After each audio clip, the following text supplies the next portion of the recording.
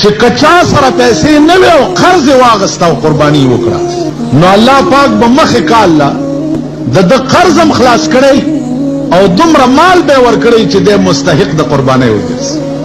او you خبره درته کوم، کله کله امتحان مش هم دې جماعت کې یو ځل چرته سو کال مخکې ما دا خبره کړې و چې به د سکړي یو سړی د دې خوا کله په قرض پیسې اغستې دي او 2 میاشتې پس راغی ما ته ویل چې مولوي صاحب تا دا مسله کړې و مال کړې خو ویل بیا داسې مسلې مه کوه. مال ولې؟ ویل هغه په قرض مې اغستې اوس پیسې نه راځي ورپسې هغه سړی ما نه غواړي.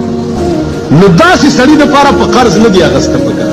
ما په دې خبره پوهېږي چې د چا ایمان دومره کمزوری چې هغه کې دا خیال وکړي چې زه ورپسې مالداره کېږي که په دې نیت دې ګډوری واغستو چې زه مخکې کال له مالداره کېږي نو دا د مالدار کېدو په نیت دی، د قربانۍ په نیت نه دی.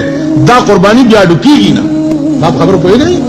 ګډوری اغستل په دې نیت چې زه سنت ابراهیمي ادا کوم نور څیزونه به بېطبع ورپسې راځي ځکه چې قانون دا دی چې د تمامو اعمالو دارومدار چې دی هغه په نیت باندې دی او نیت په عربي کې د زړه قصد او ارادې ته وایي. نو مدار د اعمالو په نیت دی. څنګه دي چې نیت یې هغسې به در سره کېږي.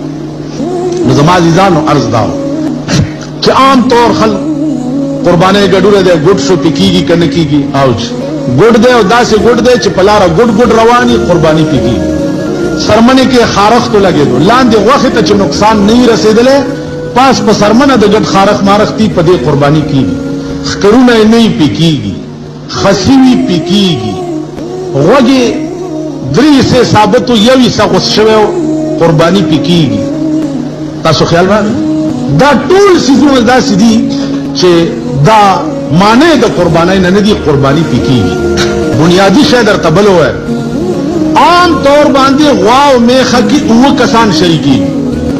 9 کسان که په دې 9 کسانو کې د یو سړي پیسې حرامې وي د یو سړي نو قرباني د دې نورو شپږو نه ده شوې. 9 کسه په یو غوا کې شریک دي او د یو سړي پیسې پکې حرامې دي نو قرباني د دې نورو شپږو نه شوه.